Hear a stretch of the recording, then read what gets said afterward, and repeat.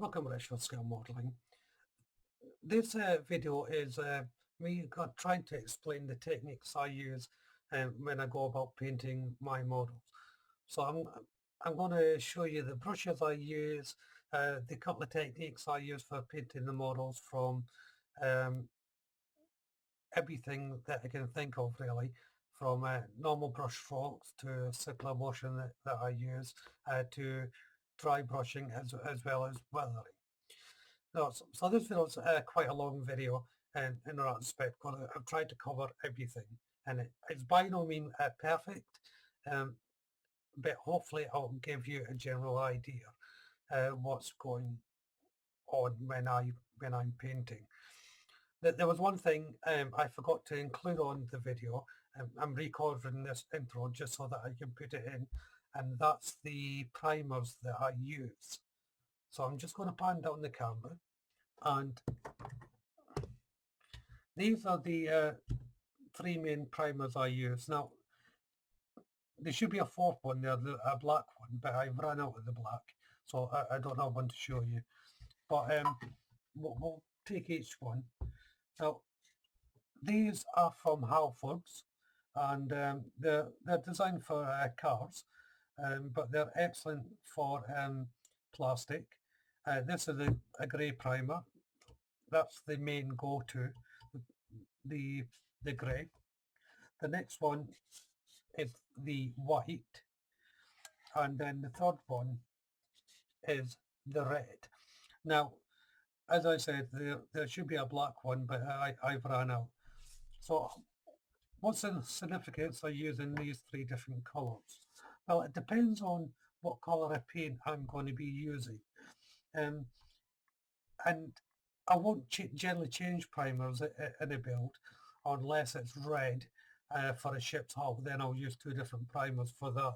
But as a rule, I'll stick to one colour. So let's take the grey for instance.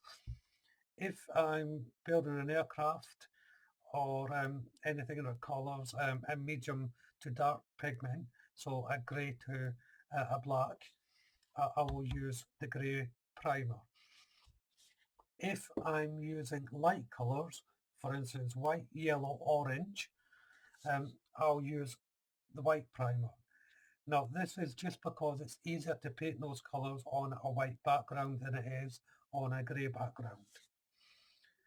And then I'll use the red primer for predominantly ship hulls at the bottom where it's the sort of rusty reddish colour. And this is the one I'll use. Now I'll use the black one for obviously dark paints, but predominantly for silvers and things like that I'll use a black primer. So that's the primers I use. Just these three basic ones just there, and of course the black. So as I said, the video is all about how I paint. So let's jump into this and see what you think. Well, to begin with, I'm going to go through my brushes. So as you can see, I've got a selection of brushes here. This is not all the brushes I use, but it's a varied selection. And I'll go through these one by one. My first brush here is a flathead brush. It's about a 1.5 size brush. And this is a Dallot and Rooney brush. Now the bristles here are sable hair. And as you can see, the flat head. Now the flat head is very good for large surface areas and painting, and these flatheads also are good for eliminating brush strokes.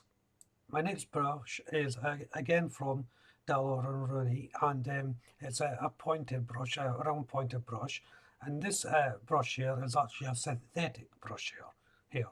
Now the difference between the synthetic and the sable camel hair badger is how well it holds the paint and what type of paint it's for. Now all my brushes are for acrylic paint. Now that's quite important. Different brushes for different types of paint. So for instance, oil paints that an artist would use. Some of these brushes have different densities in the bristles and so on. So it's always wise to get the brush that's suitable for the paint you're going to be using, as in acrylic. Now this brushes for everyday use as such, everyday type of painting. It is a conventional brush, and you can do all types of painting with this brush. Um, and it's ideal for beginners as well. You know, when you go into the flathead brushes and that, there's different techniques involved. So my next brush here is a Citadel brush, and again this is a synthetic one. It's about a zero size one, and I use this for finer detailing. Again, it's a round pointed tip, which a lot of these brushes, as I said, are. Now these brushes are generally quite soft on the bristles. So when you're using these, you have to be quite careful you're not going to press down too hard. But I'll get into that when I'm actually in the painting process. But you want to have a look at the bristle to see how well they're going to bend on the object that you're painting. My next brush is the Everyday Airfix brush. You get these brushes when they come with starter kits, or you can buy them from the Airfix store. Again, it's a synthetic brush with a round tip. Now, these brushes are really good, as I say, for every day. These little plastic holders you see that are protectors, sorry, that you see on the brush, try and keep them because they do help protect the brush. The next brush is a Winsor & Newton Series 7 brush. And this brush is a sable hair brush, and it's a very fine brush, this one. I think it's a 00 tip. Now I use this for extreme fine detail. Now the difference between this brush and the other brushes is the durability. This brush will last a long time. This particular one I've had for about 8-9 years. However, they do come at a cost. The the little ones you're looking at around about £20 per brush. For a full set, you're looking at about £100. The next brush, as you can see here, is a bristle brush. This is from Airfix. Now, these brushes are designed to stab at the paint and doing there on the mat. They're perfect for that, and they'll create different textures as you're painting. The next brush, yet again, is a Dal Rooney brush. This is a flathead brush, synthetic hair. Now, it's very similar to the first one I showed you, but the other one is the camel hair. And it does the same job. It's a cheaper option, and it's meant for everyday use. And these brushes I go through quite a lot of these brushes because I'm quite heavy-handed with these brushes on purpose. But I'll get to that. You know, you see the head opening up there. This brush is around about halfway through its life. But I don't throw these brushes away. But I'll get into that in a second. So to give you the example, this is the same brush, but it's completely destroyed. Now, most people would never use this brush. It would be chucked in the bin straight away. I use this for painting light colours onto my models with a little technique that I've developed. It not only saves money on brushes all the time, but it's perfect for painting in a circular motion very lightly.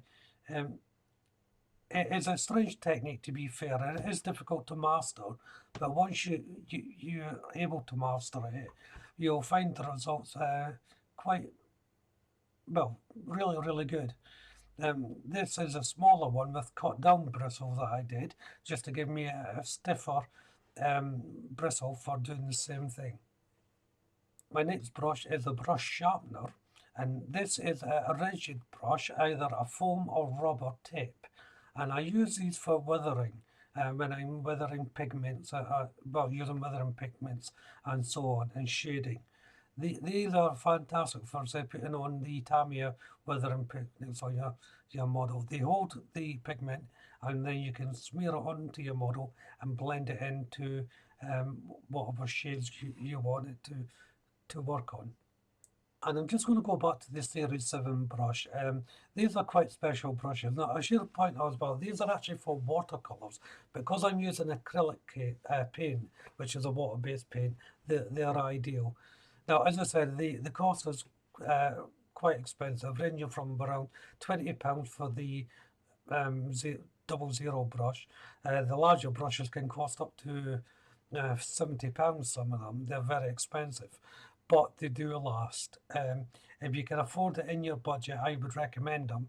As I say, I've had these brushes for years, and if you look after them, they'll look after you. All these brushes that I've shown you should only ever be cleaned in water as well. Don't be tempted to use solvents to clean them, or you will ruin your brush. And this is all basically the brushes that I use. I used many different brushes, but this is all the basic types that I use. The first technique I'm going to be showing you is the one that I've developed, painting in the circular motion. Now, I use this technique for large areas and light colours. So as you can see there, I'm doing the Vulcan, and this is a light grey colour. And I'm just taking a limited amount of paint on the brush and applying it in a circular motion.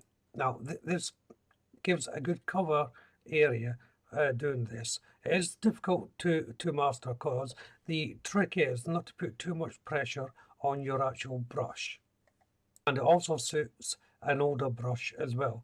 Now this clip here that you're seeing, this is actually part of how to paint yellows, that the video I did a little while ago, but I thought I would cut it in here as well. So you can see the circular motion and putting paint on the brush and taking the majority of it away, well, the excess away on a paper towel, then just applying it on a circular motion.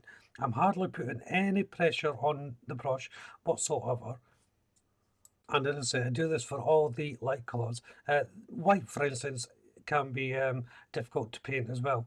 Now, I should point out, this only works really well on matte-based paints, matte colour paints. Semi-gloss and gloss, they'll tend to drag over the surface, and it takes a lot more work to get a smooth finish. This white here is a semi-gloss, so I painted the first coat down, and then I'm just going to be building up the colours with this semi-gloss.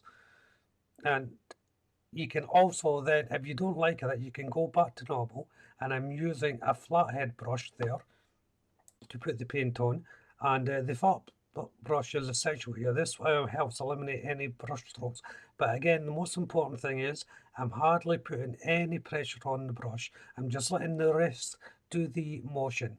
So putting it on and dragging the paint over.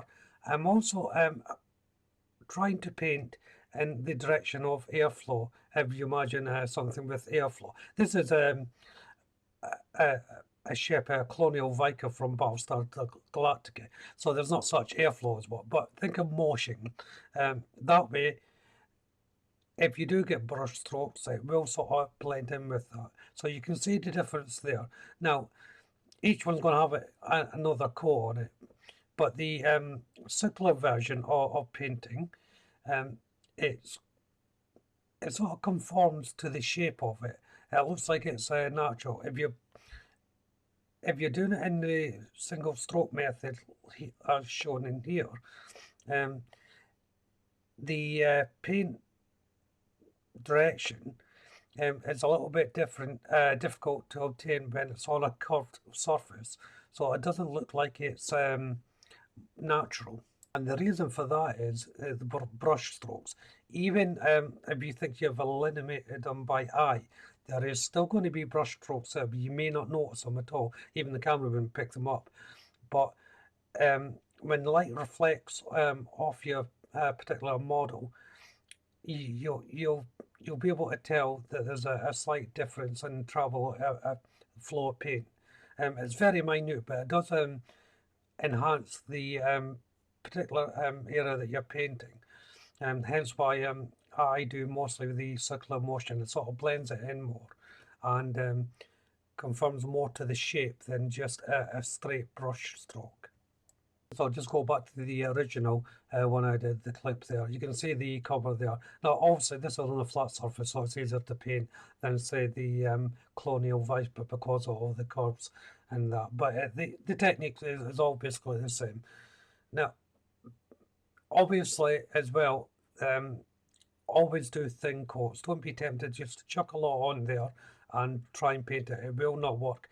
And that's true for any brush technique that you're using. It's always light coats that you're going to be using. Now you can also apply the same technique to darker colours. This particular model is a British Heavy Female Tank Mark IV. But with the darker colours, I do tend to brush more conventionally.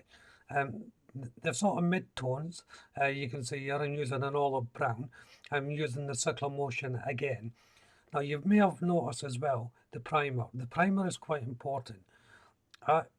If I'm using light colours, I will always use a white primer. A darker colour, I'll go to grey primer. You can also apply the same circular motion when you're masked off the area that you're painting. It's no different from an unmasked area. The other thing you have to be wary of is your actual tape if you're using masking tape for the edges. But again, if you're using a light touch, it shouldn't matter. And because you're putting on light coats, it doesn't actually take that long to dry either. So if you've got a big area like this Vulcan here, by the time you go finish it and you can go back to your starting point and apply your second coat. The conventional painting way, just painting in a straight line. So again with the airflow direction, and once more using a flat brush here, and I'm just dragging the paint over very lightly.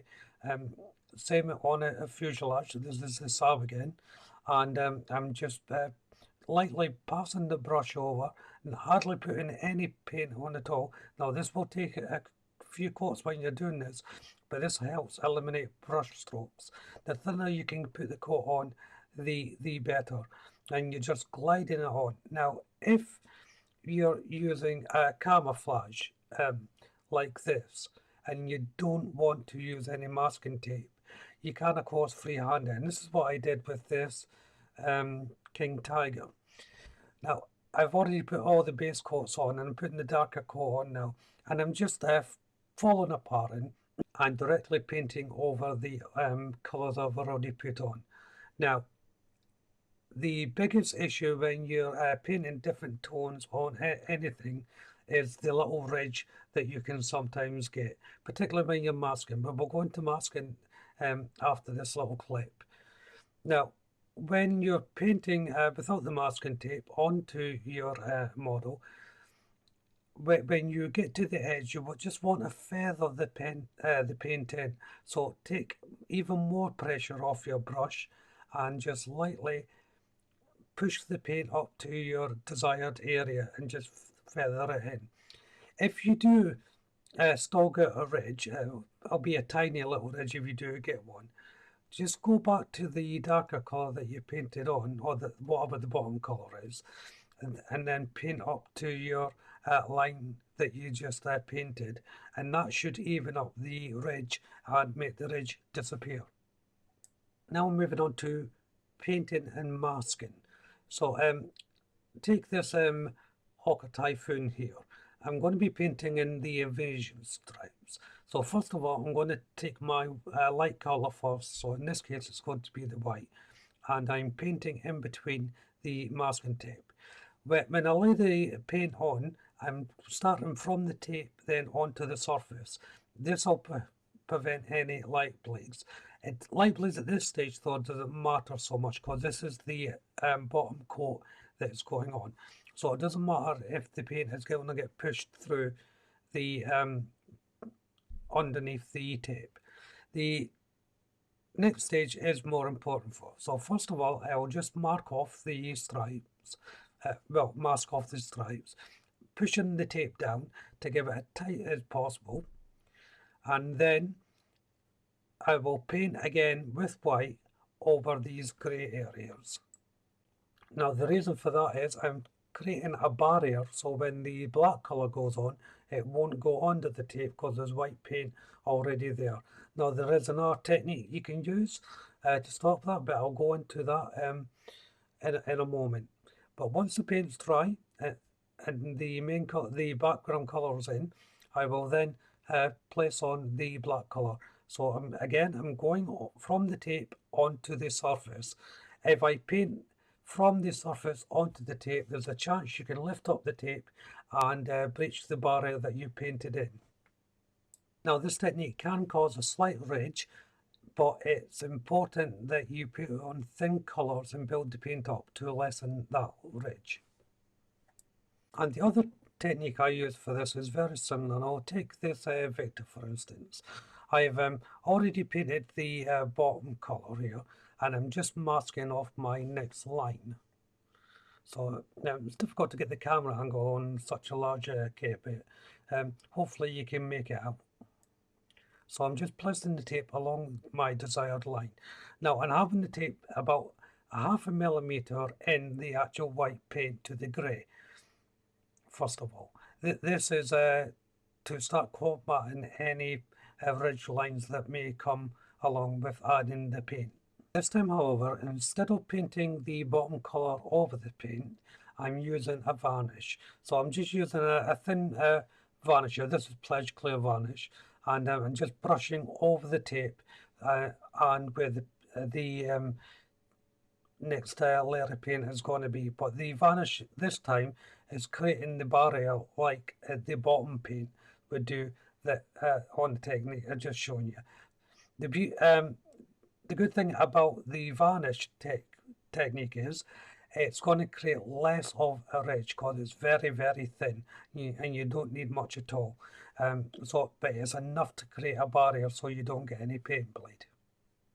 And then once it's dry, again, I'm putting the paint from the tape onto the surface, again, eliminating any chance of a paint bleed. And this also helps putting a thinner amount on the surface. But when your brush touches a surface for the first time and you've loaded it up with paint, you're initially going to have a thick bit of paint, even if there's not a lot of paint on your brush. So that just like cleanses the brush a little bit as you drag the paint over. And it's exactly the same with any colour you're using. So as you can see on this Victor, I'm putting in the darker colour now. As you can see, it's very thin paint, and this will need a couple, at least 2 coats before you get the depth of colour that you want. But it's worth just building up those layers. I keep on saying it because it's so important just to build up the layers. Don't put the paint on too thickly. So those techniques are all well and good if you've got a straight plain surface to paint on. What if you have a surface like this part here? No, this is from Battlestar Galactica Colonial Viper, which I've just completed.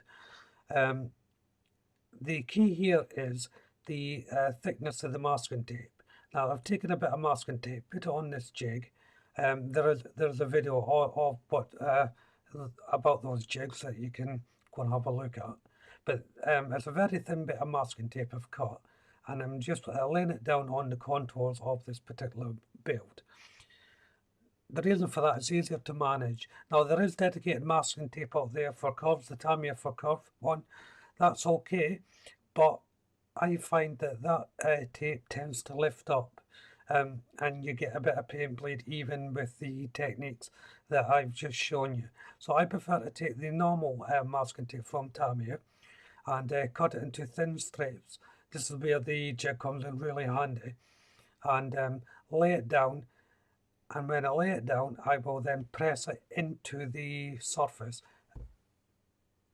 So because it's thin strips I'm using, it's easier to cut on the model, as long as your knife's quite sharp as well, and to manoeuvre it around with a pair of tweezers to get it in the position you want before it's bonded to the surface.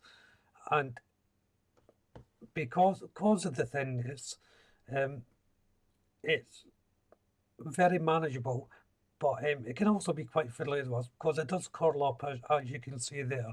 Now, if I go back to the Vulcan, this method of cutting the tape as well is very good for bending the tape on the surface to create your camouflage pattern. Even with your dedicated masking tape that's designed to curve, you're not going to be able to do these sort of bends with that tape. It's still going to have to be cut into thin strips. So you may as well use the masking tape type that I'm using, albeit you have to trim it for your needs, but it is well worth doing. The downside, of course, is when you're applying your paint, you've got a very small barrier with the tape to apply your next colour. So you have to be careful not to go over the tape onto your next colour if your masking has been cut so thinly. If you have to create shapes and patterns with your masking tape, for instance, with this Colonial Viper, I need gaps in between the colour I'm going to place on. I'm just putting on a little overlay piece of tape on in sections. Now, you just treat that just the same as with the masking tape you put on. Once it's on, just make sure it's pressed on thinly in between the areas where the paint is going to go. Once you're happy with your placement and it's done as firmly as you can, then you can go back to the normalization technique of either painting the base coat over your tape or painting the varnish on. It depends on the person, how you feel, what you want to do, how you want to approach it. You can see the same method here, but this is more of a straight line, and I'm just preparing the base for the next color. So I'm just going over the baseline of the area that's going to take on the new color, making sure that of course I go over the paint. And just like the Vulcan, I'm painting on the next color. Now this is a thin piece of tape, so I'm using a very fine brush here, and I'm painting from the tape onto the surface where I want the new color to go on. There's nothing stopping you from switching to a larger brush once you've gone from the paint onto from the tape, sorry, onto your surface. Then you can use a larger brush, as long as it's not too large and goes over the border area of your tape to fill in the actual remaining surface. When it comes to time to remove the masking tape, you want to make sure your paint is completely dry. So not just touch dry, hard dry. So leave it at least an hour or possibly two if you're using just normal acrylics to get that paint to dry. And as you can see there, I haven't got any light paint bleed. Now, if you do manage to get a paint ridge, like I did on this container ship, just a very slight one, all you have to do to combat that is take your darker color, and I'm just painting up to the line freehand. Now you need a very steady hand to do this, of course, but if you just push up the paint to the ridge on your opposite color, it will still be a slight ridge, but it will blend in with the color, and through the naked eye you actually won't see the ridge, but you will feel it if you run your hand down it, but it's only very slight. For conventional painting, your stroke is quite important as well. Try not to do it in short strokes where possible. Try to make sure the strokes are long and sweeping. That is easier on a larger model like this ship here. This is the 1450 so it's quite a large ship. But even on the smaller ones, try and get your stroke so it's nice and even, and the brush should be flat as well. Even if you're painting in awkward shapes areas, and you're just using a normal brush or a round tip brush, keep your brush parallel to the area that you're painting, and as I say, try and do one continuous stroke. Also, when you're painting, you want to keep your brush moist at all times. Do not let the paint dry out on your brush. Now this can happen very, very quickly, so after every few strokes, make sure that you clean your brush. On to withering effects now. Now I generally use these Tamiya Withering Master Series pigments. There's many other different pigments out there that you can use, but I particularly like these ones, so I use them. Now I use the brush sharpener for this. Now you remember at the start of the video, that's the brush with the solid foam head or rubber head. And this is ideal for putting on pigments. And what I do is I just load up the head with the pigment, and then I place it on the surface and drag it down to the desired effect. This particular one, there's a Mustang 125 24 scale model, and I'm just putting in the marks down the wing. So I'm starting from the wing edge and going down. Never go from the middle part of the wing up to the edge, because as you drag it down, you're applying less pressure on the brush. So you put your pressure on the brush at the start and flick it down. That way you'll get that streak effect. Now, if you're just using paint to start weathering, which I'm doing here on this Atlantis gas truck, I have heavily weathered this with rust and so on. Now, the way I do it is, once my base colour is down, I'll take colours like the silvers, rust, browns, things like that. Doesn't really matter what colour you're using for what effect. The process is what matters. Put the pigment on your brush and take the most you can take from it. Like when I'm painting in the circular motion, but I'm taking even less paint, even more paint off the brush, and I'm just stabbing it in to the area that I want the effect. Now, if I've put too much on, I will swipe it off with my finger. Now, this can be rather messy on your hands, of course, but I find using my finger to take the excess away helps blend in the paint to the surface, then instead of using a cloth or a damp cloth. So as I said, it doesn't matter what colour you use. I'm going to always use the same technique. Putting the paint on, taking the excess away, then and just dabbing it onto the surface, taking away any excess with my finger, and blending in the paint. Now, there's no right way or wrong way to do this, and it's all done by eye, and the trick is knowing when to stop. Now, in this particular case, I wanted a very heavy weathered area, so I done it quite extensively.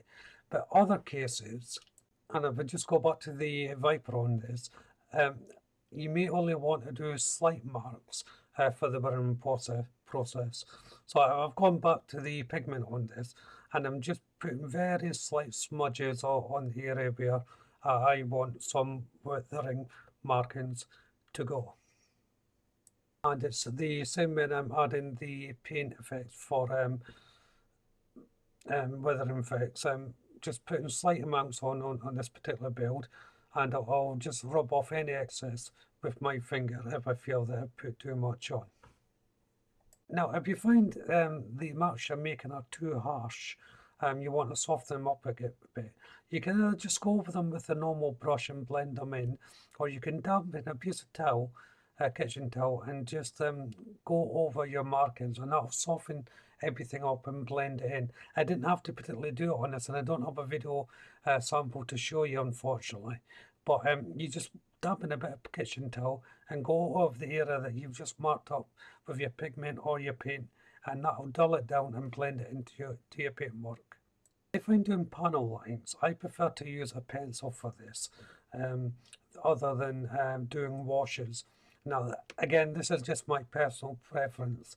I get a cleaner line, and there's less cleanup needing to be done.